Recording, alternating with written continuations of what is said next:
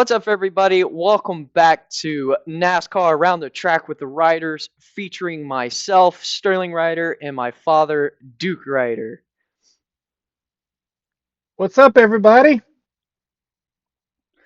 A solid weekend of racing at Richmond. We had our first night race of the season with Cup, and Xfinity was a lot of fun to watch. Um, Cup was okay till the end. We'll talk about that when we get there. And there was no truck race, so yeah. Yeah, so qualifying. Man, Xfinity qualifying. Parker Retzlaff gets Jordan Anderson Racing its first ever pole position. Pretty awesome. Been a fan of this team since Jordan was racing in the Truck Series. He had some pretty impressive runs, especially at Daytona and Talladega. And then he picked a bad time to come into the Xfinity Series because he did it in 2020 and he didn't qualify. He didn't. I don't remember. I don't think they attempted Daytona. They either didn't attempt or didn't qualify. And then didn't. And then COVID hit, which put him out. Like because of the way they did um, the lineups during COVID, it just left Jordan Anderson uh, uh, out of the cold until they were able to do an actual qualifying lap, and then they were able to qualify, get into a race. So very humble beginnings for Jordan Anderson Racing, but here they are. They get their first pole in team history, so pretty impressive. Agreed. So, we Other than had, that, I don't. I think you, Looking the lineup, uh, I don't see any other surprises. Yeah, that was text um, message going on. okay. Well, I'll just point out Matt DiBenedetto, returns. Didn't qualify well, qualified 31st. And then another guy, Bubba Pollard, 37th, did not do well qualifying. Did great in practice, did not do well Yeah, qualifying. he won practice. So for y'all that don't know Bubba Pollard, I've met him at the Snowball Derby. He was one of those you didn't think. Well, you did know he'd make at least a debut somewhere with NASCAR. I would say, as I've watched him race many races down in Florida. He's really good on short tracks. He was racing the super late models multiple times. Almost won the first year I went to the Derby, but was wrecked by Chandler Smith when he won. But Bubba knows his way around a racetrack. He knows his way around the race cars, especially when it comes to these short tracks. So it was good to see Junior Motorsports give him an opportunity to show his short track skills at Richmond. So I was super excited about seeing that. So, Yeah, and I wish because when you go back and you look at the history of the Xfinity series, um, a lot of guys that are in the Cup Series today got their shot at Junior Motorsports, or Chance Two Motorsports when Dale was with DEI. Um, Martin Truex is one of the first that is a that came out of what Dale Jr. has done, and it's. I wish we could go back in those days because back in those days in the 80s and 70s, 80s, and 90s, early 2000s, a team would go and get a sponsor and then go get a driver, or sometimes the sponsor would come in and say, hey, we've been watching this guy over in this series. We want to put him in your car. We want to sponsor your team with this driver. And then sometimes, very rarely back in those days would a driver bring a sponsor, and it was the sponsor bringing the driver or the team getting the sponsor and then go getting the driver. I wish we could go back. I don't know if the economy will allow it or what, is going on in that world. But I wish we could go back to that for guys like Bubba Pollard. There are a lot of guys out there in the Cars Tour, in the super late models, even running the dirt, some of the dirt stuff, that would make excellent NASCAR drivers if given the opportunity. The problem is for them to get into NASCAR, they've got to bring their own sponsor. We've got to figure out a way. The sport's got to figure out a way to go back to where the teams get the sponsors, then the drivers, or the sponsor brings the team, comes to the team and says, "We want this guy in your car," because there are a lot of drivers out there that are not getting an opportunity because of the way it's working now. But it was good to see that Bubba Pollard was able to get this. I hope they're able to put together some more runs. I know he mentioned after the race that if they could put the sponsorship together, they would love to be able to do some more. So that would be really good to see. Yeah, I agree. Bubba's got he showed it here at Richmond when we talk about it. But he showed that he could be a competitor like right off the bat. So um, but I do agree. I wish we could get that to come back because there's ton of people I've seen, especially watching the super late models racing down in Florida. There's a ton of good competitors that I think deserve a chance. The recent the when I last went to the Snowball Derby, the winner there, Derek Thorne, he won, but then he had to shut down his racing team um, because just nobody, the sponsors didn't really want to sponsor him anymore, which kind of sucks because he's proven multiple times he can win on those short tracks. Has proven multiple times he has the um, skills and abilities to drive any race, one of those race cars. So um, maybe down the line we get something like that to come back, but with how today is, it's meh. So, Yeah, because I guarantee you there's a lot of Josh Berries out there. oh yeah, 100%. So, Well, the Brandon Jones started second, which I mean, he's in a junior motorsports car. Except it didn't work out too well for him because he ended up blowing up uh, on lap 42. So, yep. uh, very very rare engine failure for Hendrick Motorsports engines, junior motorsports, but it happens.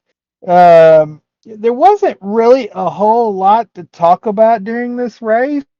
Um, Tire strategy did play some in the race with Brendan Poole.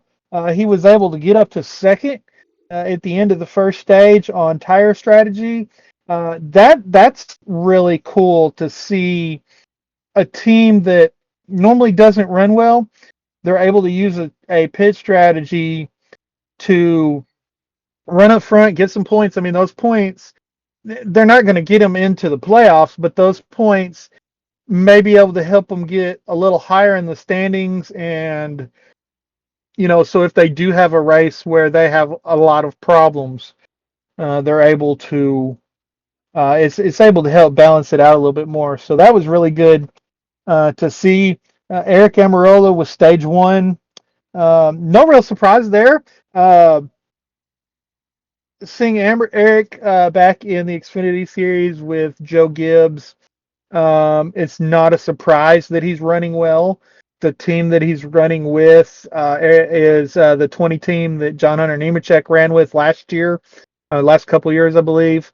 So seeing them run up front, well, seeing Joe Gibbs run up front. If you're surprised seeing Joe Gibbs run up front in the Xfinity Series, you haven't been watching. Yeah. At this point in time, Bubba Pollard has worked his way up to 19th after starting 37th. So he wasn't.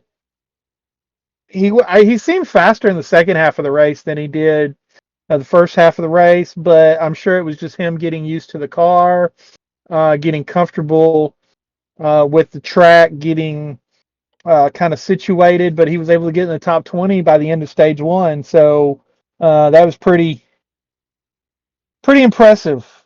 Um, See, then we just got a spin that's not really a big deal. Then Cole Custer and Parker Kligerman have contact, um, and the 48 hits the wall. No caution. Wow, are you shocked? NASCAR had an opportunity to throw a caution flag in the Xfinity Series, and they didn't do it. I was shocked. That is not usual. That's not their normal operation. But there was no caution to be called, so it would have been uncalled for, which again happens all the time with NASCAR. So it was shocking, but I'm glad they didn't. So Yeah, I am too. Sheldon Creed in the 18 car blowing up as well. That was kind of another rare engine failure. Joe Gibbs Racing don't have a lot of. Well, actually, I don't think his was an engine failure. Was it? It was a. Um, let's look. Let me look down here. See why he was out of the race. It says his brakes. brakes, He's listed as brake failure. So, but again, that's a rare parts failure, especially seeing the rest of the Joe Gibbs Toyotas were running up front all day. Eric Almirola wins stage two. Nothing really big happens until lap 171, and we have the sheet metal toss, where Dawson Cram and Joey Gase got into it. And Joey Gase walked to the back of his car, ripped his rear bumper off that was kind of hanging there by a thread, and proceeded to walk across the track and yep. very impolitely give it to Dawson Cram. That was different. That was so different. Bleacher Report, who normally reports on like the NFL, NBA, had a video on Instagram. NASCAR driver throws bumper at another car. I was like, that's not usual when Bleacher Report is reporting on it. So Yeah. Well, and the thing about this, and I can understand, I get mad when one of my diecasts rolls awkwardly on the shelf. I mean, I can't imagine being a team owner and having somebody unnecessarily wreck my car. I mean, that costs him a lot of money that team doesn't have, that team doesn't need to spend. I mean, he's basically going to have to build a new car from the ground up that for a wreck that was uncalled for. They weren't racing for the win. They weren't racing for the lucky dog, the free pass. They just it was really stupid. So I understand Joe Gase being upset, but the cool thing about it is I don't know if you saw this, but Dawson Cram, I guess that's how you pronounce his name, has made a T-shirt with the bumper throw. It used to be the helmet throw, but I guess Joey didn't want to waste money on his helmet. yeah. So, but Dawson Graham he's put it on a T-shirt, and all the proceeds are going to the Joey Gase's the foundation that he supports with the Oregon donation group. I can't remember the name of it, Wow. but at least they're trying to turn a bad situation into something positive. But He I'm is being guessing they kind. probably had a conversation Yeah, probably. conversation of that. But still, that was the highlight of the weekend. I mean, like you said, Bleacher Report covered it. I don't know if ESPN covered it, but um, that's going to be on the Richmond highlight reel for a while, I would Yeah. assume. There's, there's not a whole lot on the Richmond highlight reel, No, not so I really. would assume that this is probably going to take a spot of something that the big thing I remember from Richmond is Dale Earnhardt Sr.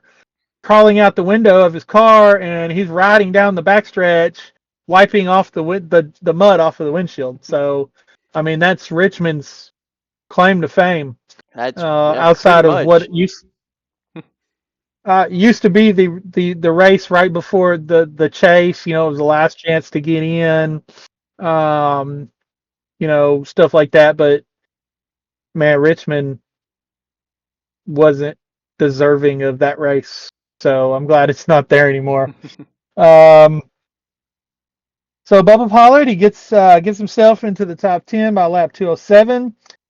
Not bad. Lap 244, just a few laps to go. Haley Deegan loses power, and she's able to make it to pit road. It's another tough break for her. Again, NASCAR has an opportunity to throw a caution. Surprisingly, NASCAR doesn't throw the caution. And like you said on the first one, I'm glad they didn't. Yeah, we would have had a interesting finish, I'm sure. Oh, tough break for Haley Deegan though. From what I saw, she was not happy about it. But there's not much you can do as a second year race team, as your first full season in Xfinity yourself. There's only so much you can do. You're still, as I've said multiple times, y'all are still in the learning process of understanding everything. Really hoping something happens for her and that and her team. Um, but there's only so much you can do with the experience they have. Yeah, I don't know if this team has an alliance with anybody, but they would be smart to maybe go get an alliance with SHR and get SHR to help with some of their engineering, um, maybe help build some of their cars, get some quality equipment underneath that team because I mean Cole Custer, Riley Herbst, they're not having bad seasons. Cole Custer just won the championship last year, so sure Haas, even though their Cup uh, stuff has suffered for a few years, their Xfinity stuff has still been top of the line. So I think it would really help for them to go and maybe get an alliance with Stuart Haas and maybe build that team up a little bit better, build their cars, their equipment better, get their engineering better, get maybe even get a pit crew or something from Stuart Haas to help with that as well. So yeah. So So Chandler Smith wins. Eric Amarola finishes second. Taylor Gray, another first-time starter, finishes third. Um, Joe Gibbs Racing, 1, 2, 3. Toyota, 1, 2, 3, 4. Not bad for those teams. no, it is in my opinion, but So that's yeah, me. Corey Heim. Well, yeah, but Corey Heim in the 26. Sam Hunt Racing. That's not a team that has a lot of experience running up front. They were up front all day. I mean, of course, I still see the gear wrench. So when you see the gear wrench, I still see Kevin Harvick because they've been on Kevin Harvick's car. They were on Kurt Busch's car with the one car with Chip Ganassi, but uh, I see that gear wrench and I got to look for the number because it still throws me off a little bit, even though it's the Xfinity series. Yep. Um, Jesse Love with the top five, very still impressive with as a rookie. Bubba Pollard, we mentioned him finishing sixth. Parker Kligerman with a good run. Um, Parker's needed. He's another one of those that's needed a good run.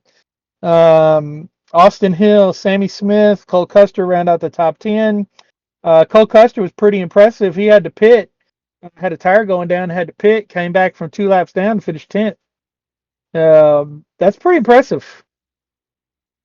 Uh, Champion driver right there.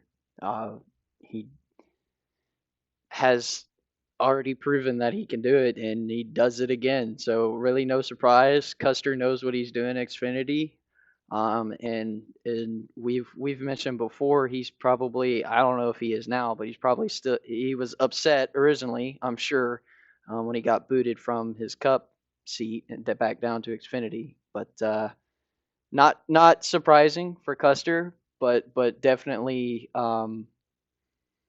what's the word I'm looking for here? Impressive. So And that's one of the things that the championship teams do. They're able to take lemons and make lemonade out of it. I mean, they're able to make something when it could have been a bad day, when they could have, given up because they had a tire go down and put them 2 laps down. They still were able to put it all together and come out with the top 10. So, and hey, man, Josh Williams finally gets a good runner under his belt. Man, I was wondering if that was going to last all day or all season long, but finished 12th. He ran. That's about where he ran all day, so it was pretty good to see the 11 car running so good. SVG with another top 15. Parker Resliff, the pole sitter, ends up in 16th. Matt DiBenedetto, you mentioned him earlier. His first race back in Xfinity since 2018, 2019. I can't remember exactly what they said, but I know it's been a while. He finishes 18th. So all in all, of course, we're not Toyota fans, but still, all in all, it was a good race. It was a good Saturday afternoon race to watch. Um, I didn't get to watch it till Monday morning, but either which way, it was still it was a Richmond Xfinity race, and even though the Xfinity and Cup were the only two on track this weekend, the Xfinity race was still the best race of the weekend. and it normally is, if we're being honest here, for the most part. So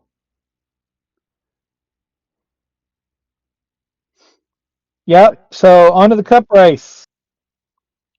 well, you don't want to talk about points first for Xfinity? You want to do that Oh after the yeah, Cup I race? guess we could go ahead and talk about the points. Doesn't seem like there's Let me pull much up. change, but I'd have to scroll back too far to see last week's, the week before, because I've taken that many pictures since then. But Chandler Smith holding on, first place, with Austin Hill right behind him, and Cole Custer, former champion, holding the third spot. Then you got the rookie Jesse Love still doing great in fourth. Riley Hertz fifth. So both SHR cars are in the top five points wise, for now. AJ Allmendinger in sixth, and then we got Justin Allgaier in seventh. Kligerman running in eighth. He's doing really well. Sammy Smith, sorry, in ninth. Brandon Jones 10th. Sheldon Creed 11th. And Anthony Alfredo 12th. I don't remember where their first round is. It round of 12, their first round?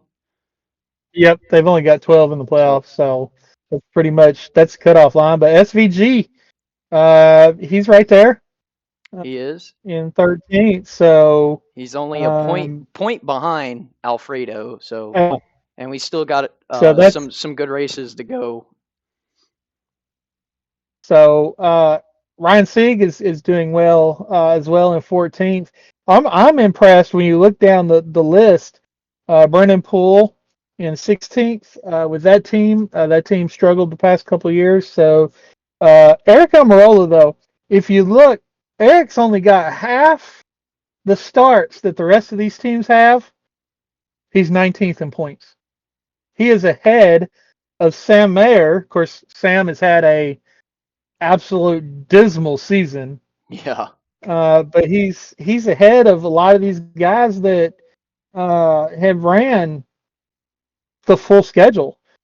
Jeb Burton, Josh Williams, Haley Deegan, Kyle Sieg, a lot of these people that have run every race, and Eric Amarola is in 19th. Now he is not championship eligible because he's not competing in every race, but um, still, it's kind of odd to see somebody making half as many starts as everybody else still being in the top 20 in points. Yep. Let's see. I don't think I have any notes on. Nope, that's the Cup Series. All the notes I have are on the Cup Series. But when I'm talking about stats and stuff that I have on the Cup Series, so I think Yep. that's pretty much it. So, all right. Yep. Anything else on the Xfinity race? That's all I got for Xfinity. So. All right. Well, we jumped to Cup. Kyle Larson, Chase Elliott on the front row. Alex Bowman with a good qualifying effort. He needed that. Um, let's see if there's any heartbreaking shockers here in qualifying. Josh Berry started 30th. Um, we'll talk about him quite a bit as we go through the race rundown.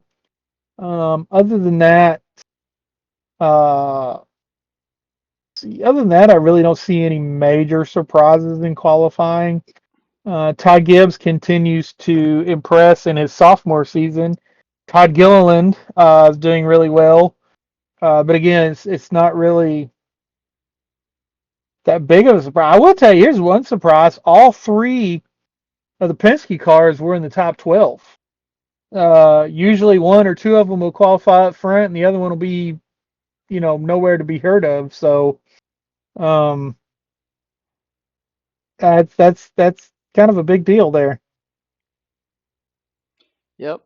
And I'll even throw this in. It's usually the two that are usually there is Logano and Blaney, and Cindric is not. However, former champion Blaney, um, he was 12th. He was the last of the three, but that's not usual. But it is Richmond, so it's not that big of a shocker because I don't think either three of them have been really good at Richmond in the past. So Well, it was an interesting race because, they had originally said that they were going to do the pre-race ceremonies and they were going to go into a holding pattern. Everything I'm seeing on Twitter is, we're going to go into a holding pattern. Luckily, I happened to open up and look, and they were like, okay, drivers were just sent to their cars. And I'm like, wait, I thought we were in a holding pattern. What's going on? So I had to get to the TV and get it turned on, and get ready to go racing because they started this race on the grooved wet weather tires. So yep. this is the first time it's actually happened in a points race. They did it in North Wilkesboro last year. We've seen them race this tire on road courses. They really can't call it a rain tire because the last time we saw them race in heavy rain was at COTA a few years ago, and that was an absolute nightmare. Yeah. Um, Well, the so image yeah, was but perfect, but that's besides the point. well, yeah, but I mean, that was from a television perspective. That was one of the hardest races I've ever watched in my life because with the rain, it was hard to watch the race. I mean, you just couldn't. The cameras were Cameras are not wet or made. fogged up, or Yeah. yeah. So, but it was interesting for them to do that. Um, so they only ran 30 laps on this tire, and then they had the competition caution. I'm not. I know that when they talked to the NASCAR officials, they said that this is a work in progress. They're still trying to learn this how this tire works, how this tire wears. So they didn't want to push the limits, but they want to get to where, like on a road course, if the road course is wet, the team can decide what tires to run. Hmm. Okay. If they want, if they start on if NASCAR says we're going to start on the wet weather tire, and they want to come in 2 laps later and put on slicks, I mean, I think they have the ability to do that. NASCAR said they're wanting to get to where they can do that on short tracks where they have the wet weather tires, to where they can let the teams decide, but they're still trying to work out all of the details and all the bugs and make sure that there's not any problems. But TV, I will give them credit here. TV did do a good job at showing the tires that came off the cars, comparing them to the new tires to kind of show us, to give us an idea of what tire wear would look like. So, um, but man, there was some pretty good racing those first 30 laps. There was. You had racing throughout the whole field, which is not usual. Of course, I know it's a short track, but even then, it's still there's still a lot of people that won't move around. But pretty much the whole field was moving around each other those first 30 laps. So, and well, with Richmond, even though it's a short track, but between Richmond and this car, there's historically not been a whole lot of passing. Um, so yeah, but stage one, Josh Berry was in a hurry to get to the front. I mean, he was coming. Um, he brought out a caution, spinning Daniel Suarez, um, which wasn't that big of a surprise.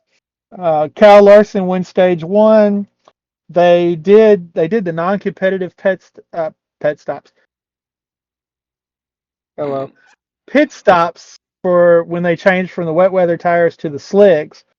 Um, they were going to do the non-competitive pit stops at the end of stage one, but they decided to work on drying pit road for a while under caution. Ran a ridiculous number of laps under caution to do that. Then they opened up pit road for live pit stops. I can't remember. I want to say it was on the teardown. They talked about this, and on the road courses, these teams are used to wet pit roads, and they do live pit stops on the road courses all the time. So why couldn't they do live pit stops with pit road being wet on short track? I mean, they just I'm with Jordan and Jeff Gluck. I didn't understand that either, but you know, they did go back to live pit stops, full speed ahead for the rest of the race. So that was a good thing. It just they seem to burn a lot of laps under caution. Yeah, but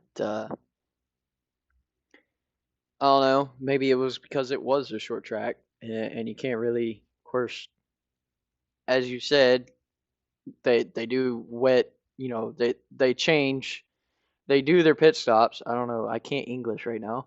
They do their pit stops on road courses on the wet. Um, my brain is not braining for some reason.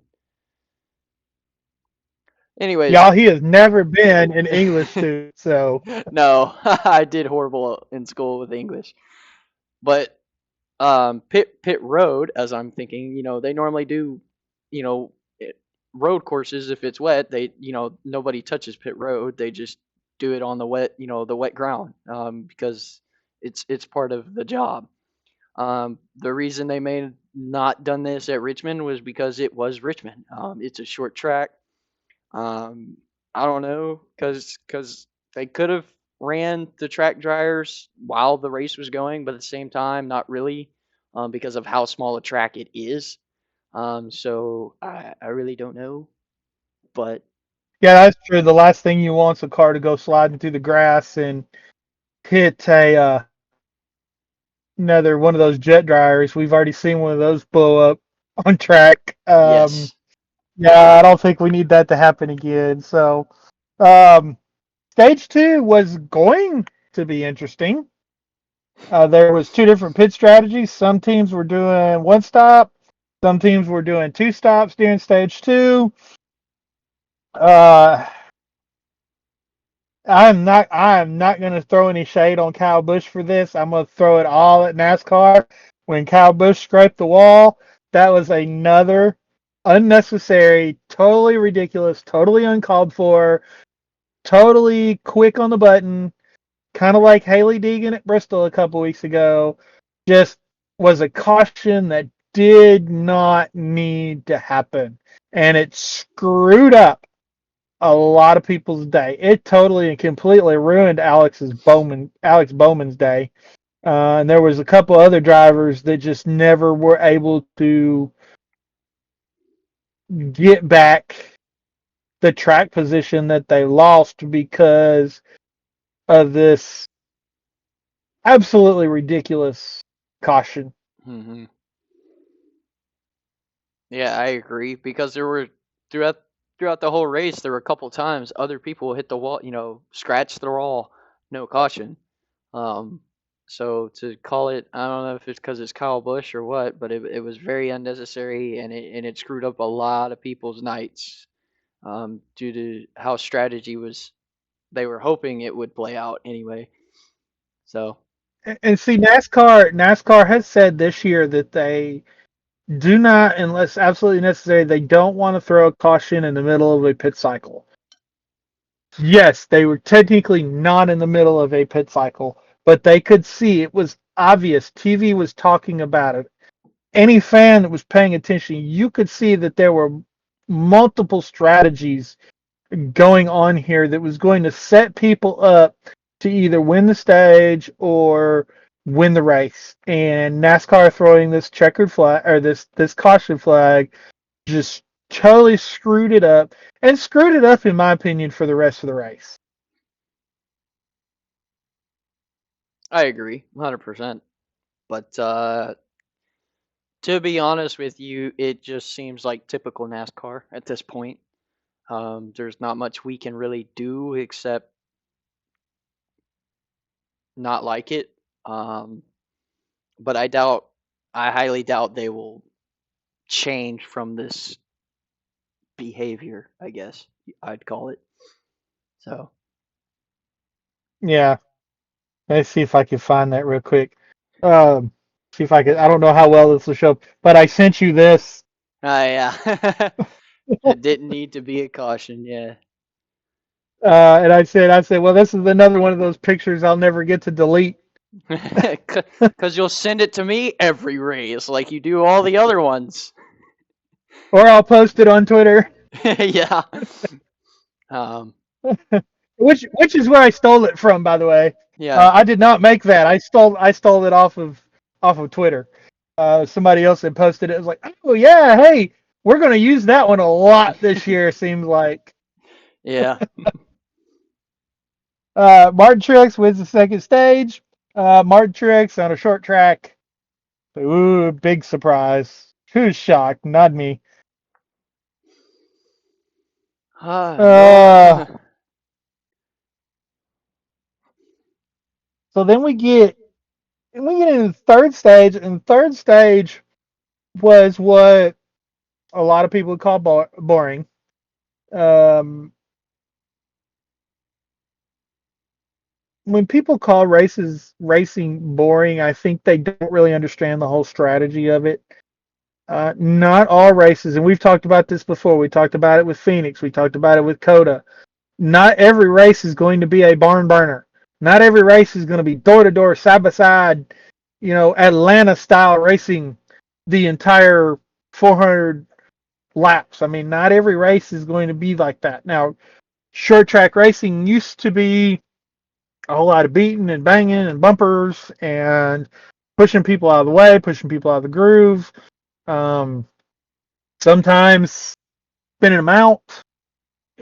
It's not that way anymore because these cars really don't allow that um, as much. It's hard for them to get that close to allow that. But these races, there's strategy involved, and if you're paying attention, you it, you can enjoy what's going on the racetrack. Plus, Clint Boyer, Mike Joy, and Kevin Harvick are doing an excellent job keeping the fans informed on what's going on the racetrack, what's going on pit road, and when we're not a commercial, they're even enjoyable to listen to. The knowledge that they put down, that they put out there about how the car drives, especially Harvick, with the knowledge that he has about how this car drives and how this car handles and the ins and outs of the cars and the ins and outs of the pit strategy and all that. When you actually pay attention to that, there is something interesting going on. You Mm-hmm. may not see it. Martin Truex had a pretty good lead throughout most of the third stage. But I've always been a proponent of, if you've got the fastest car and you're able to get out front and you run away with it, so be it. I think that the fastest car should always win the race. I mean, if you've got the fastest car, the best pit strategy, you should win the race. I mean, Mm-hmm. that's all there is to it. I'm not a big fan of this car. I think I've mentioned that before because of the parity that it brings. That it makes all these teams equal. Man, I don't want the teams to be equal. I want somebody to hit it this weekend and go out and dominate. I want somebody to hit it next weekend and go out and dominate. I want the best drivers in the world to be able to show why they're the best drivers in the world. Mm-hmm. I don't want them to have to worry about whether the car has momentum coming off the corner or going into the corner or whatever. I want the best drivers in the world to prove why they're the best drivers in the world. But a lot of people would say that this part of the race was boring. It wasn't a barn burner, but there was a lot going on if you were paying attention. That is true. Because even when there's not a lot to talk about, for the guys in the booth, they're still talking and laughing about something, making jokes with each other. As I sent you a message, I was like, you can tell Clint Boyer and Kevin Harvick have a wonderful friendship because they're throwing, you know, roasts at each other, making fun of each other, but Oh yeah, they're not crying about it. They're laughing, and they're bouncing off with their own comment about it. And yeah, Mike Joy's just sitting there listening, but he'd throw in something every now and then too. And if you're listening while watching the race, it's enjoyable. It's funny to listen to. So even when they're not talking about the cars or pit strategy or what's going on the track, they're still trying to keep you entertained because they know that sometimes when someone's run off with it and there's not really much happening through the field, they still got to keep your interest kind of at the TV. That way, if something does happen, boom, they can immediately talk about it, and you're already watching it. yeah, exactly. So, and we did have some stuff going on. I mean, there was some strategy. Denny Hamlin stayed out, ran longer than anybody else, pitted, got his tires, and was coming there at the end. I mean,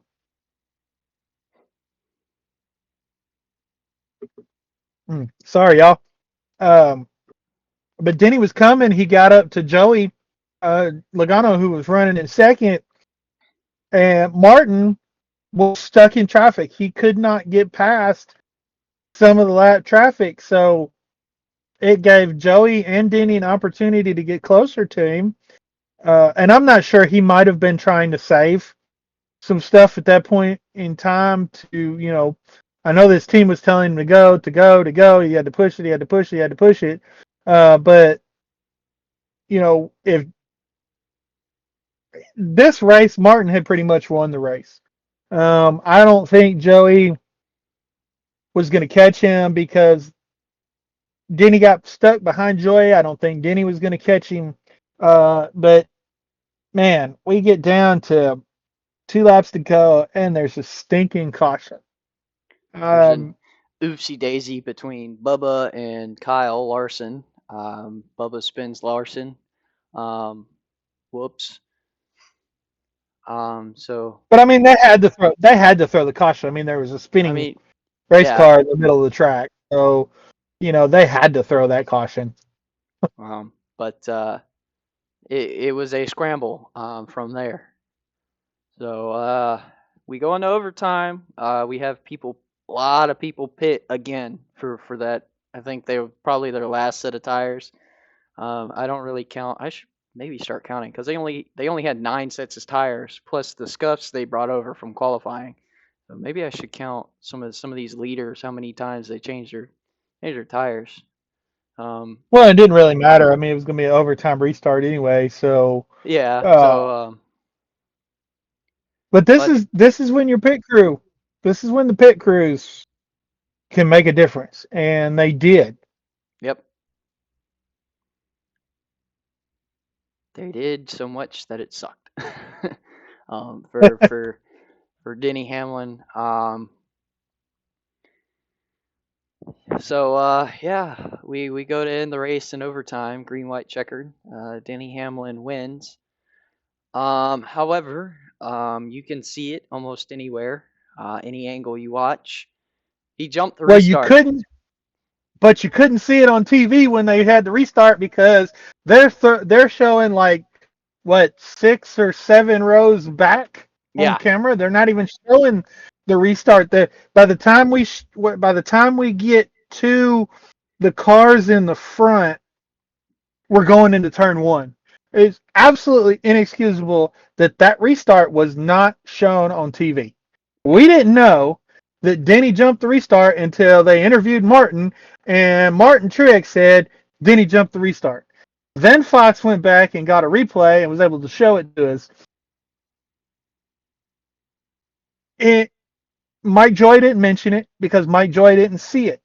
Jamie Little didn't ask Denny about it because Jamie Little didn't see the restart because Fox didn't show the restart. yeah, but once you saw it, once we saw the replay, you saw that he jumped. You see him scoot out before the restart line, and I watched it. I watched that replay. I watched on Twitter the in-car camera from Truex's car. You see him. I can see the corner panel saying FedEx, the back corner panel. You jump the restart, and I see the line, and you're at the line, and Truex is not, and you're that far ahead. You jump. Okay. Yeah, Um. yeah, exactly. This was everybody keeps saying it was a slight jump. Denny Hamlin's rear tire was at Martin Truex's front tire when they got to the line. Yep. That's not jumping the restart. Um. And he tried to blame on his podcast. He tried to blame Truex for laying back. I'm sure Truex was laying back. Truex was not laying a half a car length back. No, not at all. Um. I, I don't know what to tell you. It seems like NASCAR won't do anything, which sucks because I don't think Denny deserves this win because he's jumping the restart. I watched Bob Pockrass talking about it. Um, Who? he, Pockrass, I don't know how to say his last name. I'm sorry, Bob. Yeah, but you didn't say Bob. I You did say said Bob. Bob. No, I said No, Bob. I don't care how it you sounded. said I Bob. said Bob. Bob the You Builder. said Bob. You said Bob Bacchus is what What? you said. That 0.5% dyslexicness I have in my brain. Sorry, Bob. Um, he asked it. He did a video because he was like a lot of people were asking, did Hamlin jump the restart? And he goes, from what I saw, it looked like he rolled his tires and then jumped and then went. And I was like, but he didn't roll his tires and then go. He just went. So I mean, it doesn't matter. It's still jumping the restart. yeah, And uh, Brett Griffin and Elliott Sadler were talking about this on Twitter today. This is the same thing that happened to Elliott Sadler back the first time the Xfinity Series raced at the Indianapolis Motor Speedway. The same thing happened to Elliott Sadler, except when Elliott Sadler jumped the restart, Elliott Sadler had another car up under his back bumper pushing him. Okay, Mm-hmm. they disqualified him. It was a green white checkered. They said he jumped the restart. They had 2 laps to figure out whether Denny jumped the restart. The problem was NASCAR never reviewed the restart till yesterday. I mean, they didn't even, they talked about it a little bit and said that they didn't see anything that was egregious. But then they came out today and admitted, yeah, he jumped the restart, but we're not going to do anything about it. Well, it was a win stolen away from Truex because he had already proved that it was his race. Should have still been his race. Um, you can see when they were at the final lap, Truex kind of took a little bit of frustration out on Kyle Larson, who somehow ended back up in front after being spun by Bubba. Also, if you listen to Larson's interview, you heard him saying, I understand his frustration. I'm not worried about it.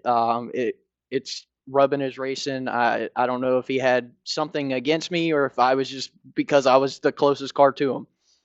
But good thing about Kyle Larson is he knows Martin was frustrated, so he's not looking for payback. He's not worried about it, which is good to know. So Yeah, it was very uncharacteristic of Martin Truex.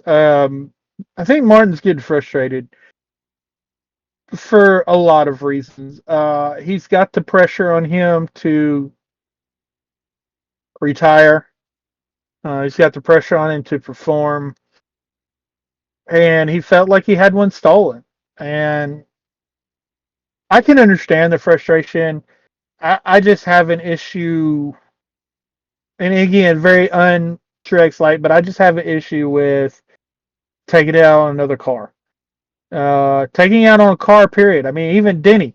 Don't go up there and beat on his car because that's his guys that's got to fix. Denny is not going to go work on that car this week. mm-mm. Okay. But his crew members are going to have to work on that car.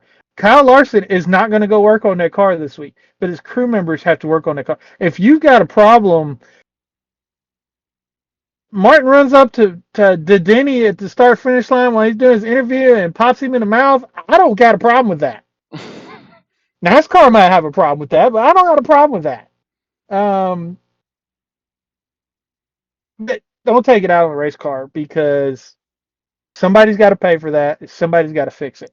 Yeah, If you punch somebody in the lip, they got to pay for that. They got to fix it. I know, It, but it just I feel bad for Martin. Um, he's been struggling for a while now with the team. Um, I, but I would agree. I feel like it was stolen from him, but there's nothing. If NASCAR is not going to do anything, there's nothing we can do. So I feel bad for him. But I also want to touch on Larson again.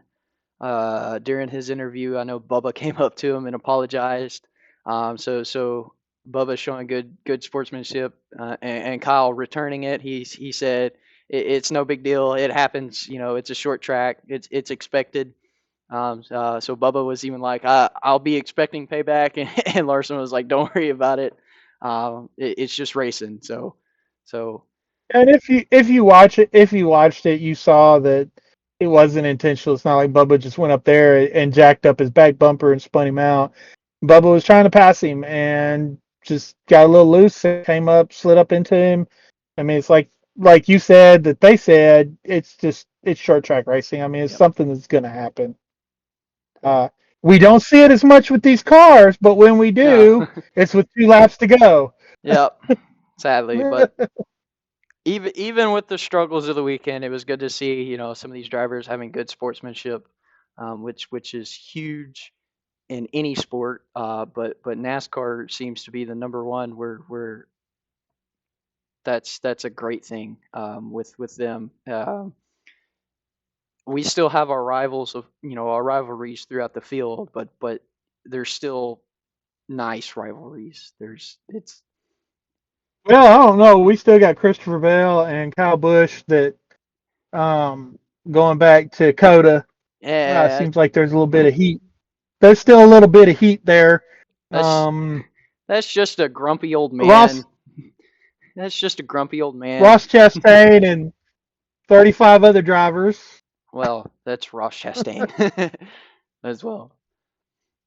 So, but yeah, I mean, it was an okay race. I mean, I wouldn't say it was a great race. I wouldn't say it was a bad race. Not pleased with the outcome. Man, I was thinking about this earlier today. I have tried and tried and tried and tried and tried and tried to like Denny Hamlin. Uh, Denny Hamlin, the person, everything, because I like to listen to his podcast. I like to listen to him in the media. Denny Hamlin, the person, I like Denny Hamlin, the person. I like Denny Hamlin, media guy. I like Denny Hamlin, the podcaster. There's just something about Denny Hamlin, the race car driver, that just I cannot force myself to like. I don't know why. I've tried and tried and tried. Same thing with Kyle Busch. Thought when Kyle Busch came over to RCR, came over to Chevy, that I would start to like Kyle Busch. And it's just not there. I can't force it. I don't know what to tell you. I think the big thing with Denny was it is Toyota. We're not Toyota people. But there are times on the track where Denny, as the race car driver, is not nice. Um, so I don't know what to tell you. I do know a Oh, few races and I ago. like Denny, the team owner, too. Yeah. I know. I don't remember which race, but I know they were talking about it. Denny, retired his famous "I beat your favorite driver" term, as his Yeah, that father. was after the clash. That was right after the clash. Yeah, his father suggested to not use that, which is good for Denny and his team. Kind of taking some of that "I got my head up my butt" kind of mentality. Haha. I don't know what you'd call it, but anyways, so Hamlin won. Yeah. Joey Logano, who's been struggling all season, finished second. Um, Man, I was hoping that would last all year long. nah, we can only hope. Kyle Larson, who was spun out by Bubba just a couple laps before, finishes third. That had to do with pit stops. Um, as we talked about, pit stops goes big for these guys. Oh yeah. Tricks sadly finishing fourth. Um, Chase Elliott, first top five of the season, first top five since 2022. Um, as he's been struggling for a while, so it's good to see my favorite driver doing well at a track. Christopher Bell, sixth. William Byron didn't really move around a lot all day. Seventh, so a good top team. And you want to 10. talk? You mentioned pit crews. If it wasn't for the 24's pit crew, he would have been in the teens. But it seemed like every stop they were able to get him two or three positions every time he came on the pit road. So that's what helped him to finish up there. But it's been very well documented that he does have one of, if not the best pit crew on pit road. So that's the reason that the Byron, because they struggled all race long with the car, with the handling of the car. But because his pit crew was able to get him that track position, he was able to hang on to it. So, um, yeah. Anyway, go ahead. So Brad Keselowski, Chris Buescher, RFK, eighth and ninth. Good runs by that team, all in all. Always good to see Brad obviously running well, of course. And then it's always good as a race car driver and team owner that your teammate finished right behind you. So good for RFK. And then Tyler Reddick picking up 10th. Josh Berry finishing 11th. Man, he ran impressive for that whole race. Started 30th back in the pack, raced all his way all the way up to the lead. It was impressive. That kid showed off his short track skills. So kind of wish he would been able to squeeze the top 10 in, but I think because of the overtime pit stops, we kind of struggled there. Um, Noah Gregson right behind him in 12th. It's good to see Noah up there. Bubba Wallace finished 13th. Again, pit stop kind of hurt him from it. Eric Jones 14th, and then Chastain rounding up top 15. Gibbs not doing so hot. I expected him to do good, being a short track, and him always running well at short tracks. So I was kind of shocked he finished. Well, he was one of those that got bit by that. Him and Alex Bowman both were a couple of the cars that got bit by that unnecessary caution in stage 2. So neither one of them were able to rebound from. Same thing with Ryan Blaney. Was not able to rebound from that caution because they were on the alternate cycle that would have put them towards the front or at the front at the end of stage 2, but because of that caution, it just totally ruined their day. Yeah, that's where the strategy, as I've always said, got to pay attention to because of how important it is. Strategy just didn't go as planned. So Gibbs in 16th, Bowman in 17th. Bowman's still struggling. He's had a good race, a couple good races, but still seems to be struggling with that team. Um, but also, as we said, his strategy with that uncalled caution, it hurt him as well. Yep. Briscoe 18th, Ryan Blaney, as you said, 19th, and Kyle Busch finishing out the 20. Um, not nothing, no big surprises. Of course, there never really is with Cup. So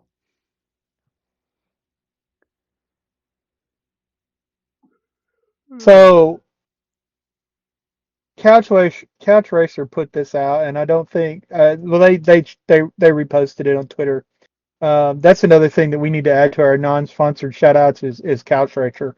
Couch Racer, they're fun to watch, to follow on Twitter. They're fun to interact with. They're fun to. They got gear and all kinds of cool stuff, merch, all kinds of stuff like that. It's Brett Griffin and Freddie Kraft from Door Bumper Clear. It's one of their project businesses, but they put this out or they reposted it, and it says the Wood brothers dropped to 35th in owners points after the race.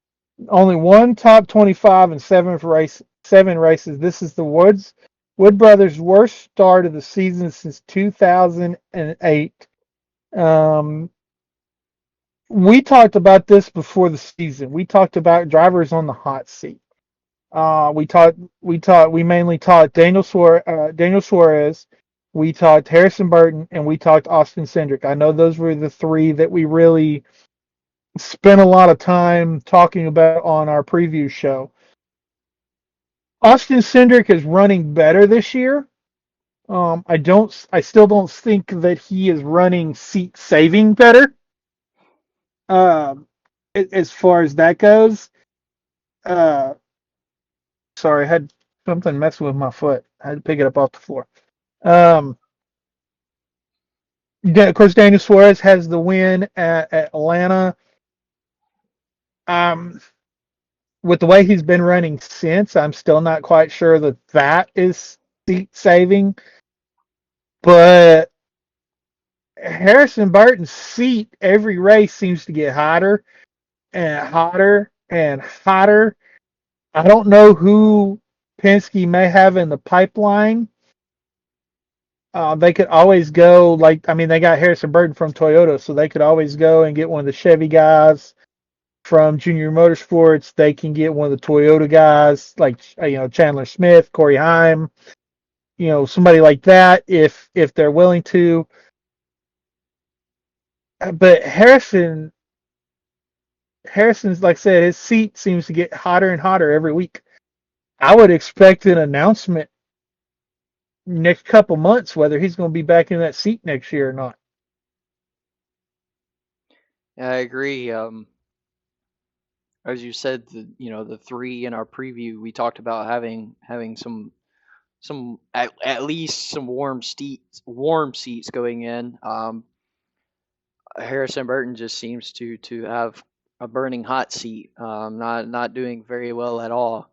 Um, with this season. So something we'll continue to keep tabs on, of course, um, as those three continue on. Same with Alex Bowman. He was another one we didn't really say much on him, but we said he had a warm seat. But he's doing It's still okay. warm. It's still warm. It's still Um, warm. he seems to start well, but he's struggling with the finishes. Of course, he's had a couple top fives this season already. But Yeah, but let me ask you this: do you remember where anybody started races? Do you remember any races that Chase Elliott started on the pole? not very many. Okay, but you know what races he won. You remember those races. Well, I duh. mean, you Obviously. you you you remember finishes. You don't remember where people start. So it doesn't really matter in the grand scheme of things. They can run in the top five all day long. If they don't finish in the top five, nobody's going to remember that they ran in the top five. I mean, it's just not.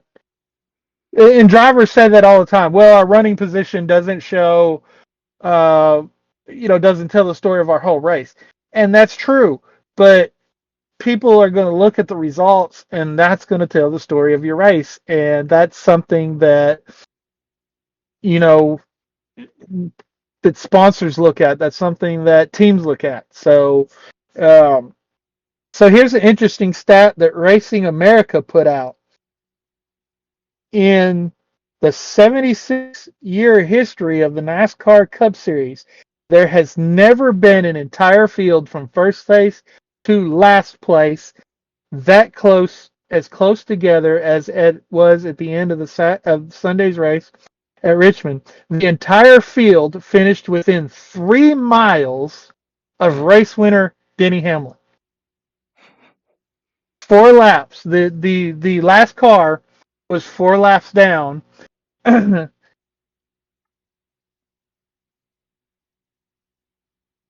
And a lot of that has to do with the fact that this car is durable, that this car doesn't have very many parts failures, but still, that's a heck of a stat.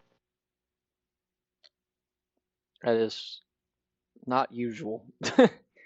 So, uh, So, yeah, and then Trey Ryan put out a stat. Richmond, the Cup Series had its first overtime finish since Kansas last fall, which was 15 races, 14 consecutive races without an overtime finish to mark the longest run in the Cup Series in more than a decade, which was from going back to the last 17 races of 2013 and the first three of 2014. I don't know about you, but I kind of like races that are scheduled to go 400 laps, and they go 400 laps or 200 laps or whatever it is. I like races to go the scheduled distance. I guess the reason that I'm not a big fan of these green, white, checkered is because more often than not, there has been a few times, but more often than not, a driver that I'm a fan of is leading or up front, and because of the green, white, checkered, they neither win or finish up front. I mean, like I said, it has happened a few times, but more often than not, it does not happen like that. yeah, that's understandable. But yeah, But I mean, it's something they do. It's something that they do. It's something they've done for a long time, so we're used to it by now. Yeah. All right, talk about the point standings. Well, Truex still leads. Not not shocking. Been leading pretty much all season. Kyle Larson right behind him in second, and Demi, golly, I am not Englishing today. I'm sorry. Denny Oh, Hamlin, that's a good name for her or him. Denny, dang it, I'm doing it again. Denny Hamlin in third. Ty Gibbs being impressive his sophomore year in fourth. Former champion running fifth, Ryan Blaney. Then you got Christopher Bell in sixth. William Byron running seventh, even though with 2 wins, doing okay in points. Um, Yeah, he had a couple. He had those two bad races. He had that wreck in Atlanta, yep, and then Phoenix. He struggled a little bit at Phoenix, and really, Las Vegas wasn't even the greatest race yeah. for him either. So Chase Elliott in eighth, which I like to see.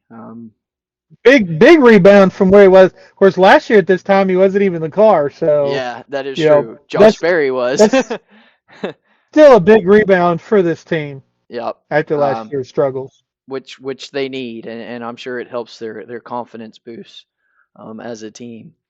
Ross Chastain in ninth, Tyler Reddick in 10th, Alex Bowman in 11th, which is normally he normally runs somewhere around there most season. Um, I'm sure he'll fall a few spots before we get to the playoffs, especially as we keep going through race. I'm sure most races will have a different winner um, with the way these cars are.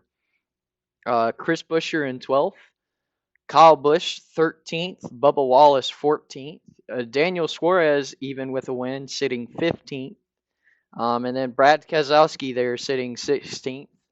With John Hunter Nemechek right there behind him on the bubble, Chase Briscoe in 18th, Joey Logano in 19th, and then Cindric being in 20th. So Yeah, yesterday that race on Sunday really helped Joey out in the points. it did. Uh, I'll tell you what, I feel bad. Noah Gragson, back there in 30th in points, had that 35-point penalty earlier in the year from Atlanta. He's had some good runs. He's been hit and miss, but that 35 points, I don't think it would do too much for him in the points other outside of confidence. But uh, I'm kind of surprised to see that team that far back right now. But I expect them, if they continue to have runs like they had at Richmond this weekend, I expect them to be. I don't know if they'll make the playoffs, but I see them to at least try to. They'll at least pick it up a little bit. Yep. Him and Josh Berry both, I would say. Um, because even if we still got multiple short tracks to go, another Richmond, another Bristol, we got Martinsville coming up this next race, and then Martinsville again. Of course, the second Martinsville is playoff right before Championship 4 at Phoenix, but still short track racing. So I'm sure we'll see both of them move up some more. Um, but yeah, really, really no big shockers besides Gregson back there.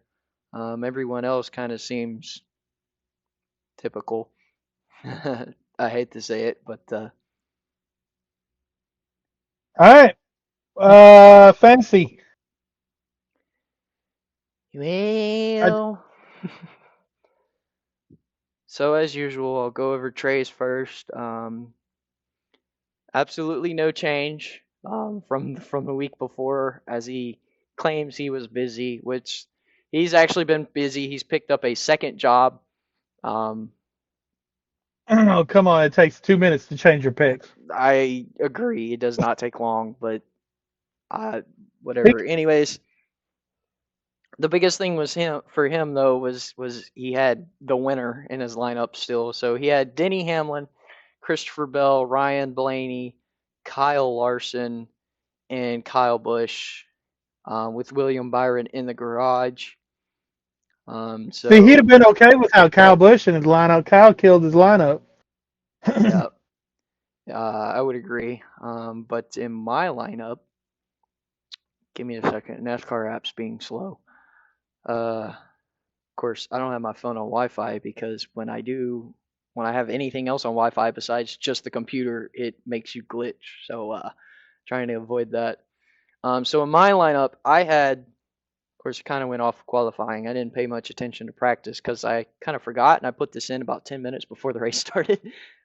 So I went Chase Elliott, Ross Chastain, who I thought would have done a lot better than what he did.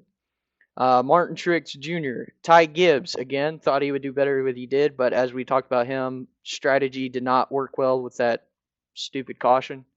And then Kyle Larson. And then I had Denny Hamlin in my garage. Well, So that backfired on me. I had Truex, Larson, Hamlin, so I had the three of the top four finishers. So I don't see how you beat me. But then I had Ross Chastain, which again he kind of let me down, and then Kyle Busch screwed me up because I had Alex Bowman in my lineup too. So and then Christopher Bell, I had him in the garage, and I should have swapped him and Bowman out after that whole pit stop debacle. But at the time, Christopher Bell wasn't running much better. So No. uh, But anyway, featured the head to matchups. heads on are yours still on there? Because mine are gone. Well, I found a way to pull them back up because I was looking, I was like, this is nothing. I was able to go if when you're looking at the app and you see like roster league standings, odds, results, you go to results and then you go to roster and then it shows you who you had in your lineup for the week and then the matchups. Oh, cool. Okay. Tips for Yeah, I'm you there. guys that don't use fantasy often. Um, we're still learning. It's our first year with it. Anyways, Christopher Bell versus Kyle Busch. I picked Christopher Bell. He's been running well. Who finished sixth? Busch finished 20th. So I did good there. William Byron versus Denny Hamlin. I picked Denny Hamlin. So I got that one right. I actually got all of these right. Shocking. Um, Byron finished seventh. Of course, we talked about him struggling all day. And then Denny winning when he shouldn't have, but whatever. Martin Truex versus Ty Gibbs. I picked Truex because he's basically the Richmond pro. Um, and then Chase Elliott versus Alex Bowman. I picked Elliott because Bowman's finish have not been well. Bowman's finished fifth, or Bowman finished 17th. Elliott finished fifth. So I got all the matchups right, which probably saved me this week. Yeah, probably. I can't get mine to pull up. So my head to heads, but no big deal. Anyway, So I am I am advancing in overall results. Gaining more points, passing some people. So I'm still way way behind the winner or the yeah, leader right now. So well, yeah, uh, between the three of us and our own little private fantasy thing here going, you got 230. I came in second, 223. And then Trey finished last with 168, same as he did the week before, which he would have done better if he didn't have Kyle Busch in there, and probably would have done better if he had his feature matchups at least. Um, yeah. so I overall between us, I'm still first at 1,283. However, you are not far behind at 1,268. Only 12, 15 points behind me. Trey, however, at 1,099, he's a little back there. Hey, at least you broke 1,000 finally. Took him a bit longer than us, but he got there. Um, I can't wait to have Overall, him on the show after the Coca-Cola 600. I can't wait to have Trey on the show and it rib him. it'll be good. Sadly, hate to say it though, he won't be making the Indy 500 due to Oh man, complications, which sucks. I know he was really looking forward to it. He said yeah, I know it. he might be able to squeeze his way to the Chicago Street Course though. I'd rather go to the Indy 500 though. Well, I do too, but hey, a race is a race, to Yeah, be honest. yeah, So, that's true. All right, how about our head-to-head? well, yeah. Well, we broke even We again. I broke mean, even again, which sucks because I should have won both of them. But Xfinity, I won, picking Josh Williams, who did good, which he needed, finishing 12th. Sheldon Creed finishing 35th due to, what was it, brakes failure, as they say, I believe. yeah, Um, yeah, that hurt. that had to suck. Nothing you can really do when it comes to stuff like that, though. No, I really didn't even realize that I had picked him until I went back after the race was over, and I was like, oh man, because I was thinking I was going to be up two. I was going to make two up on you today this week, and we'd be tied. But nah, no, Sheldon had to let me down. oh no. um, Cup. I picked Martin Truex Jr. finishing 4th, and then you picked Denny Hamlin, you cheater, who finished 1st. Um, so you I got me can't on help it. Cup. I just went early. So it's 8-7. I had I had to get to the team meeting, so I had to leave early. Okay. um, I'm still winning, so it's okay for now. But so I guess we'll make our Ma- picks for Martinsville, huh? Yeah, all three series this week, and since we're recording on Tuesday, we have the lineups, so we cannot look like idiots. Well, we We'll probably normally look. have them on Monday, most of the time. The only time we didn't have them was that Sunday I had to record because I was leaving town on Monday, when we normally record. Yeah, that's true. That's true. So Man, Martinsville. Chris, So I chose first last Chris, week, so you go ahead. dude, there's no Cup drivers in the Martinsville race. Not for truck, no. There is not a single Cup driver in the truck race. Uh, what? There is an Xfinity driver. Sammy Smith is in the 7 truck. Um, Dang, who is short track ace? That's a Man, I question. should have looked at this. I should have looked at this before. Um, I'm gonna go with Ty Majeski. Majeski, I'd say that's a good pick.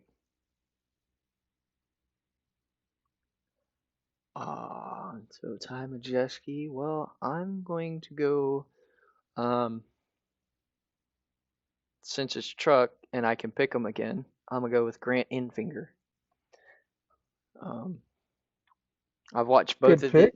I've watched both of these guys we just chose at Five Flags down in Florida, for the Snowball Derby, and then some other races throughout the season. So I know they're pretty well at short tracks. So moving on to Xfinity. No Cup drivers in Xfinity, but we do have. Um, Yeah, because this is one of the Dash for Cash races, so yep. uh, no Cup races are eligible. We do have Taylor Gray and Corey Heim, stepping up from trucks though, um, to race in it. But yeah, who you got? Well, It's Martinsville, and it's going to be one of his few starts this year. There's a rookie in the field that I really really like, and so I'm gonna go with Eric Amarola. Oh, you just threw my pick Ah, there out of you were my gonna window. pick. I was gonna pick Eric, but yeah, you have picked him. He is running for the Dash for Cash, so I would say that's a good pick. Oh Matt D's boy, back. Matt D's back. You can pick him. I don't. No thanks. I'm good. Oh no, you completely threw me off. Ah, that's the fun of it. Well, in that case, ah, brother, who do I pick? um, hmm. Do I want to go off the wall here, or do I want to not go off the wall? I don't know.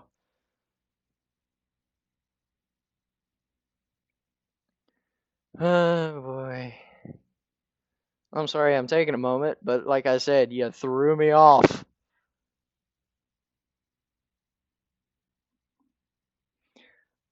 Well, I think I'll go with the so lovely rookie that you absolutely love. Haha. I'm gonna pick Jesse Love. He's been running well all season. Did well, really well at Richmond. So Yeah, and these are the kind of tracks he runs good on. So, yep. So yeah. all right, let's go to Cup. I'm gonna pick Josh Berry. I'm not even gonna waste time. I'm just going. Josh Berry's my guy. You're gonna pick Barry. Good. That means I can save him for the race I want to save him for. I mean, Um, come on, he's a short track. This is what he does.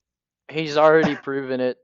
So absolutely good pick. He proved it at Bristol. He proved it yes, at Richmond this previous weekend. And I think he's However, gonna qualify good too. I agree. However, let me double check. I don't think I've picked him because I don't like him. Okay, I have not picked him. You have. But big weekend for Hendrick Motorsports. So I'm gonna pick Kyle Larson. Um, Ooh. Yeah, see, I thought about going with one of the Hendrick Motorsports drivers because this is the weekend that they're celebrating their 40th anniversary. They got the special maroon paint schemes this week. Um, well, it's like a so ruby red kind of color. yeah, it's definitely different. And what's really cool is they got all of the sponsors on board with it. I Yep. mean, they got Ally, Exalta. I think he's running the UniFirst car again. Yep. UniFirst. Chase UniFirst rookie. Elliott, and then of course, HendrickCars.com. So yeah, those cars are gonna look good. I tell you what would really look good would be if we were running under the lights I agree, at but Martinsville. that would be great. Not Yeah, happening it's though. funny thing. They put the lights on Martinsville, and I'll be daggummed if we haven't had but one night race since they did that. Yep. I mean, we kind of got to the point of I don't know if it's not a rating. I'm sure it's a ratings thing. Uh, it would work out so much better for me if we did night races, just because of my schedules on Sunday. But do Saturday night races, then I could watch them on Sunday afternoon and wouldn't jack up my schedule any. But yeah, anyway, there's that. I will come out. Let's see what was the score? It's 8-7. I will be ahead after next week. okay. We'll see. Oh, I will be ahead after you. You can count on it.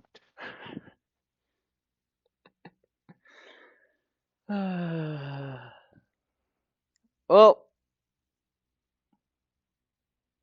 that's all I got racing wise. So, got Martinsville next week. Gonna be a good race. Hendrick celebrating their 40th anniversary with their special ruby red paint schemes.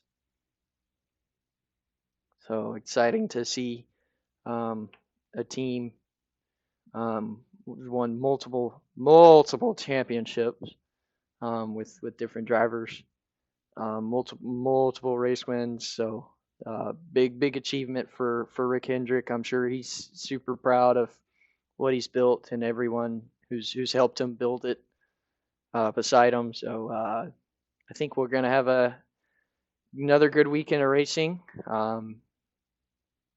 So yeah, So we got to talk about the elephant in the room. Um, where I don't know if you've heard. Rumor has it Richmond will not have 2 dates next year. Another rumor that came out today is we won't be racing on Easter next year. I'm okay with that one. Yeah, and the other rumor that came out today that the team had no comment on, which usually means there's some truth in there somewhere, is that SHR is possibly going to be downsizing and selling a charter or two by the end of this year. Hmm. Well, I think we had mentioned that was a possibility back on our preview show, did we not?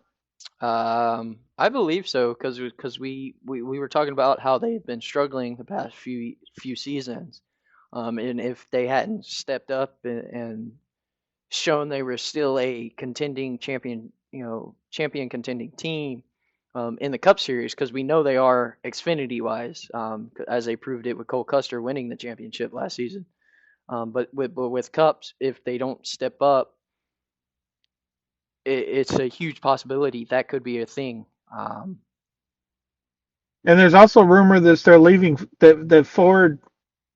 I don't know if they're leaving Ford or Ford's leaving them, but that's also something that's been talked about a lot lately.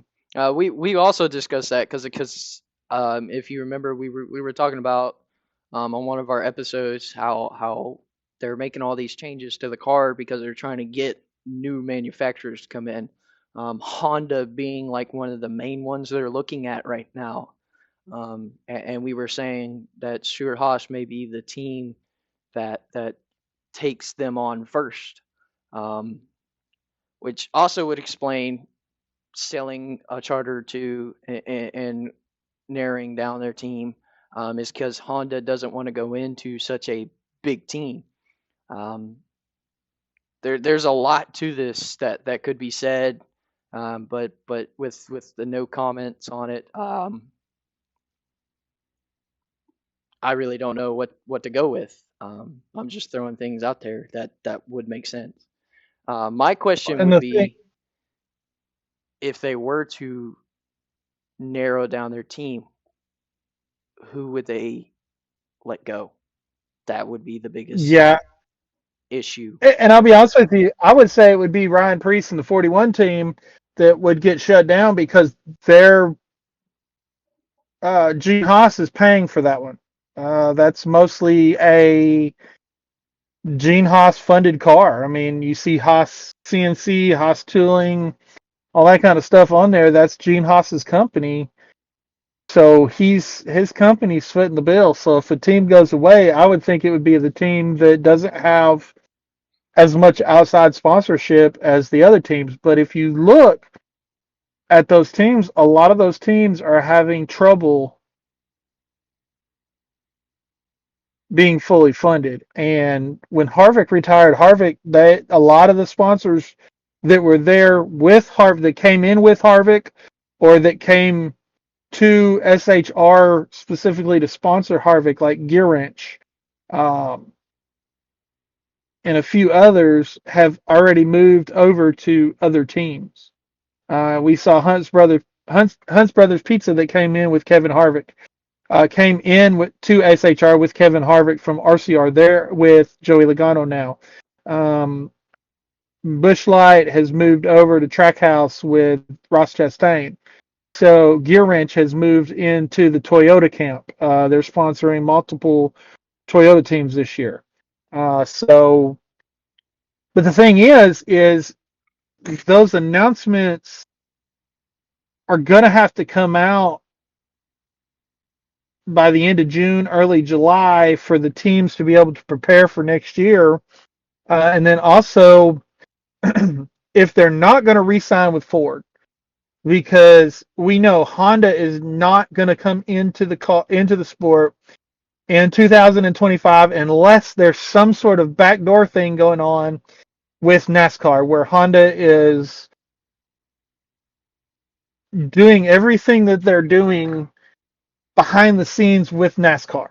But with Dodge, when Dodge came back in 2000, we knew that Dodge was coming back. We knew about it in early 2000. We knew that they were coming back in 2001. When Toyota came in, Toyota was already in the truck series. So when they announced that they were going to go cup racing in 2007, we knew about it in 2005. So if Honda's going to go cup racing, I don't see, unless like I said, they're doing something. They're doing a really good job keeping it undercover if they are. Otherwise, the earliest they're going to have a car on track is 2026. So what does Stewart-Haas do for 2025?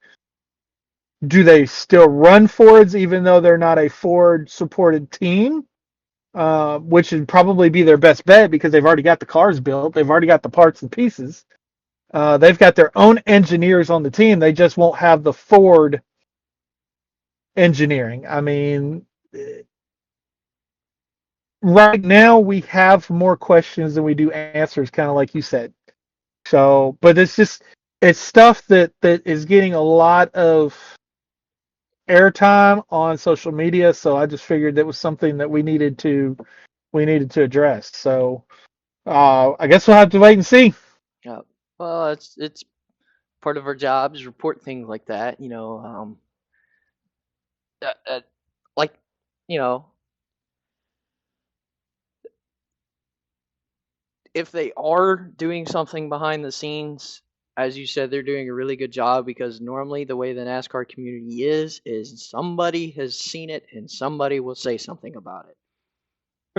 Yeah, because we knew about this next gen car before we were supposed to because somebody snuck a picture. And we knew like when the truck series was Camping World Truck Series, and we were waiting on, we knew they were going away, but we didn't really know who was coming in to take over the Camping World.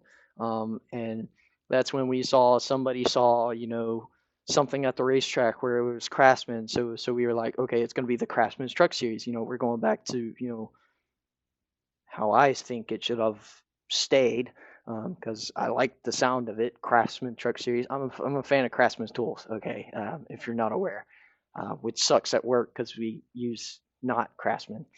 Um, Drives me up a wall. Um, so, but definitely something to keep tabs on. As you said, we have a lot more questions than we do answers. But as we get answers, well, I'm sure we'll obviously talk about them. But I agree, if HSR was to sell a charter and narrow down a team, the 41 would probably be number one to leave, which sucks because I'm a big Ryan Priest fan. I Mm-hmm. just, in my opinion, I don't think he was really ready for this Cup ride. He should have went to trucks or maybe Xfinity first because he kind of came straight out of the modified, proven champion in the modified, wheeling modified, but hadn't really seen any of the other series, except maybe a couple starts here and there. Um, but what if they were to step down another team, go down two teams? Would it be Briscoe? Because I don't see them. They just signed Noah Gregson and Josh Berry both. I don't see Josh Berry going anywhere. I don't see Chase Briscoe going anywhere. Chase Briscoe is a Tony Stewart guy. I mean, Tony Stewart had him pegged from back when they first put him in the '98 Xfinity car. I mean, uh, Chase Briscoe. Now Chase Briscoe is also a Ford driver. So if SHR leaves Ford and Ford has invested in Chase Briscoe since Chase Briscoe stepped foot in the in NASCAR, Ford may financially take Chase Briscoe. Chase Briscoe, we mentioned the 21 car. Chase Briscoe, if they do sell another charter, and Ford wants to keep Chase Briscoe, they have that 21 car that they could move him over into, and then I don't think the 14 car per se would go away. I think the 10 car would go away. And if if Ford did move Chase Briscoe to the 21 car, then SHR would move Noah Gragson to the 14 car. Because the 14 car and the 4 car are the 2 cars for Stewart Haas that have won championships. So I don't see either one of those numbers going away. The drivers may change, but I don't see those 2 numbers going away. Which makes sense. But again, as we said, we're questions and answers. So, but I mean, that's but again, we're all speculating at this point, so we don't have a clue. no. But when we do, Uh, um, when you listen to our non-sponsor shout-outs, everyone, if you follow everyone that shouted out on Twitter, you will know pretty much when we know all this stuff. And if you don't, exactly. obviously you can listen to the podcast. But if you we'll talk about it. Obviously, whichever episode we get that information for. But if you keep in tabs on Twitter with these people, you'll know as soon as we know. So And when we get to those episodes and that information does come out, that'll probably be the bulk of our episode. We'll probably just skim over the race like really quick. Just talk about who won what stages, anything exciting that happened, and then we'll spend most of the time talking about the news of the week. because I would say the news is more important than the race. Because if you're really that interested in the race, you can just go look up highlights on YouTube, or you can go Google race results. Or just watch the race. Or watch the race. Yeah, that works too. But if not, we appreciate you listening. If you're not able to do any of that, so leave a like, subscribe, all that fancy stuff. Comment if you have any suggestions. We're more than happy to take suggestions. We probably seem like 2 dudes just boring talking about cars going in a circle, and then the news that we get. But we want it more exciting. We want y'all to stay tuned in. So let us know how we can improve on that. We thank you for the feedback, even if it's bad criticism. Just don't be mean. If you're rude, then we'll have problems. But if you're nice about it, we'll be okay. Because we will read your rude comments on the air. Yes. Well, we'll probably read most comments because there's not very many comments anyway. Well, there you go. Okay. The rude ones will be read first and foremost, if there are any. So you will be known. Somebody will hunt you down. No, I'm kidding. No, nobody will do that. But you will be known. But like I said, we thank y'all for the feedback. We'll send the bots on Twitter after you. They will just kill your Twitter account. All right. Yeah. So with all that being said, I'll hand it over to you to do our non-sponsoring shout outs. We'd like y'all as a sponsored. So I'm gonna just say that, and you can go ahead. Yeah, so I got a lot of podcasts. Listen to these podcasts. Check them out. Scene Vault podcast with Rick Houston and Steve Wade. Very good for the history of the sport.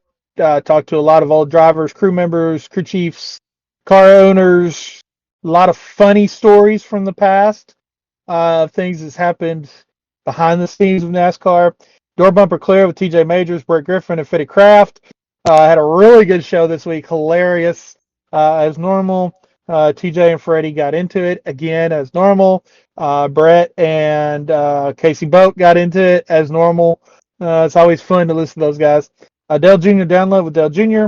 On Tuesdays and Thursdays, or Tuesdays and Wednesdays. I'm sorry. Ashes Detrimental with Denny Hamlin. Usual show this week. Denny had. I love listening to Denny. I just don't like seeing him win. Teardown with Jeff Gluck and Jordan Bianchi. You want to talk about opinions? They had some opinions. I will tell you, Jordan is often wrong. Jordan was very defensive this week on racing on Easter. Jordan, you're wrong. We should not be racing on Easter. Happy Hour with Kevin Harvick on Tuesdays and Thursdays. Stacking Pennies with Corey LaJoie. Follow Bob Pockrass on X. Follow Trey Ryan on X for your statistics. Follow Jayski on X for your statistics. Follow Matt Weaver for some awesome race coverage, not just of NASCAR, but of all of the series, all of the national series, and even some local stuff when he's able to. Follow Couch Racer on X. It's a mixed bag because Freddie Kraft runs that account. Brett Griffin runs that account. Freddie Kraft's brother runs that account. You never know who is tweeting from that account. But they're fun to watch. They also have merch. Go to couchracer.com for your merch. They got some pretty cool stuff. I want to get some of it one of these days. But I got to get Circle B Diecast taken care of first. But CircleBDiecast.com. Follow them on X. Follow them on Facebook, Instagram, all those places. I don't have Instagram. I do have Facebook. I do have X. But if you want a diecast that is not a Hendrick Motorsports exclusive diecast, if you want an autographed diecast, I believe they have like 76 2024 autographed diecasts right now up for pre-order. And some have come in already. That's a lot of autographed diecasts to have. But if you want an autographed diecast that is not a Hendrick Motorsports driver, go to CircleBDiecast.com. And Hendrick Motorsports drivers used to sign for everybody, but they're exclusive to Hendrick's Motorsports.com website, or WilliamByron.com, or ChaseElliott.com, or KyleLarson.com, or I don't know if Alex Bowman has his own website or not. He's not had a diecast yet that I needed to order, and probably never will, that I don't need to order off Circle B Diecast. I think the 148 diecast you bought was Jimmy Johnson's Darlington throwback to Dale Earnhardt and Richard Petty combined, which was a sick paint scheme, if I must say. Yeah, and guess where I got that? Guess where I ordered that from? CircleBDiecast.com. So check them out. Definitely. All the I don't listen to all the podcasts. I listen to a couple of them. My schedule is really, really busy with the work I do. I think the only chance I've really gotten to listen to lately was the Dell Jr. download, and I think a happy hour episode when I was flying for some classes on some equipment. But all really good podcasts. Give them a listen. Everyone on X, give them a follow. Like I said, if you follow them, you'll know the info literally as soon as we know. We'll go more into depth on the podcast, of course, about it, but you'll at least know the specs of it. And then, of course, Circle B Diecast for all your diecast needs. I know I'm kind of repeating everything you just said, but hey, Circle B. Circle B. So go give them all this. At least check them out. If you like something, um, maybe leave a note when you're checking out. Hey, heard y'all from so and so YouTube channel. Give us a shout out in like one of the comment boxes when you go check out. It'd be appreciated. So, anyways, on to our sponsors. Any of the non-sponsors we just said, we will happily move you down to this area where I shout you out.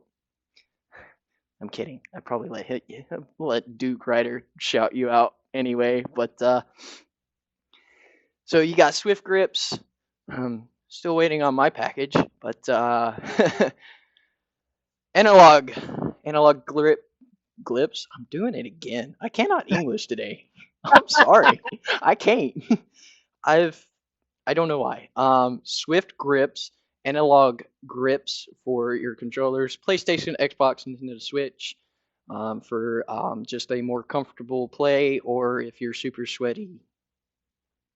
I don't know. I got pretty sweaty today playing NBA 2K24, but I was trying to beat a game record. So, anyways, check them out.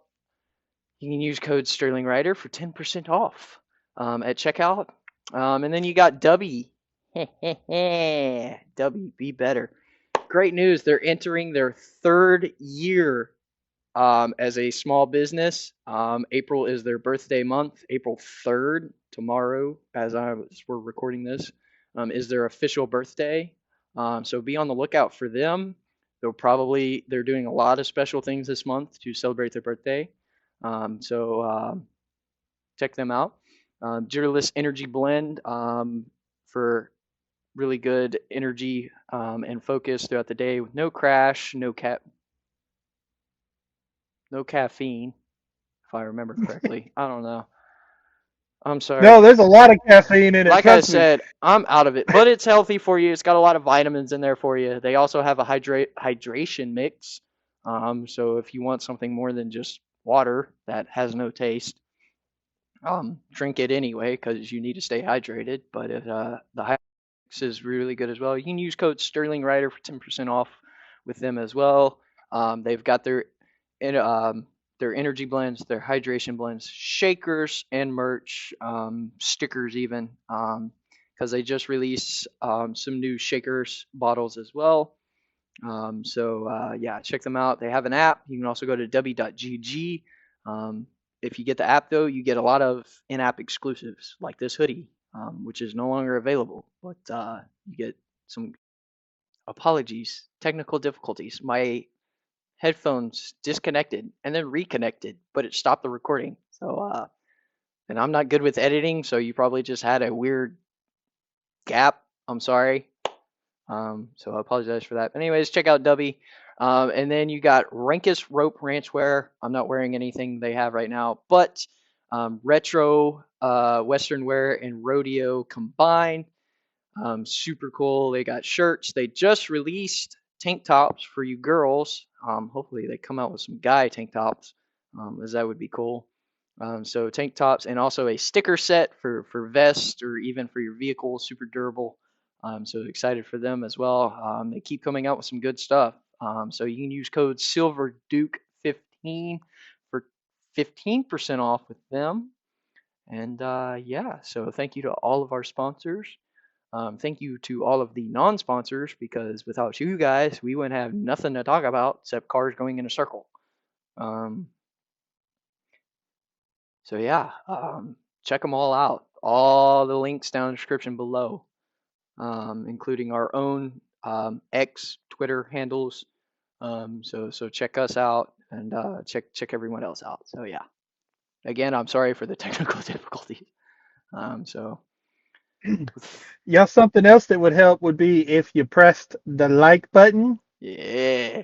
And you pressed the shared button and you shared it on your Facebook, your Instagram, your Twitter, your TikTok, I don't even know what else is out there. I mean, I'm old. I don't know all this stuff. If you want to go back in my day, we had MySpace, okay? That's what started all of this for us. So I don't think you can share them. I don't even think I don't think you can share it on MySpace. I don't think that link is in there. But hit that like button.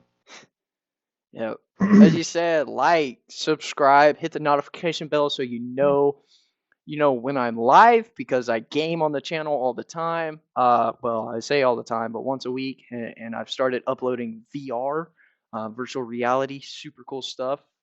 Still trying to figure that one out though. The first video was kind of weird how I had to do it, but notification bell for when I'm live, streaming a game, upload virtual reality video, or even the podcast itself. Um, there's also a lot of other live streams that I've left on the channel for you to go check out, especially the Batman Arkham series because I'm currently playing Gotham Knights for my streaming game. Um, it's explained in part one. It kind of goes off of the Arkham series, but it's kind of weird at the same time. But anyways, like, subscribe, hit the notification bell so you know when we upload or when I go live when gaming. There are a few times Duke Rider joins me in the gaming streams as well. Normally have audio issues though, so trying to figure that one out. Comment down below. Give us some feedback, good, bad. Just be nice about it. We appreciate the feedback for sure. We're trying to improve. Trying to do better. As I said, sorry for the technical difficulties. I'm sure that's an issue. Didn't have a headphone disconnection last time. Last time I just ran out of storage when this happened. I make sure that doesn't happen, but I didn't expect these to just randomly disconnect and then reconnect. So apologize for that. I don't have good editing skills, and neither does anybody I know, for the most part. Well, I do, but I'm several thousand miles away, so I can't help you much. Well, and it's a pain in the butt to get the videos to you anyway. So Yeah, I right? do the best I can. But like I said, feedback is appreciated, good or bad. Just be nice, because if you're not nice, you will be talked about in a nicely manner. But and you'll hurt our widow feelings. no, you won't. We don't have feelings. Well, when Denny Hamlin wins a lot, We do have feelings. We have anger. We have anger issues when Denny Hamlin wins. Or Joey Logano, or Kyle Busch, or Kyle Larson, or Alex Bowman, or, well, anybody but Chase and William. and Josh Berry and Noah Gragson. Yeah, Now, there you go. those two are hard to get up front. Of course, like we talked about, Berry was up there for a while, but that's all I got.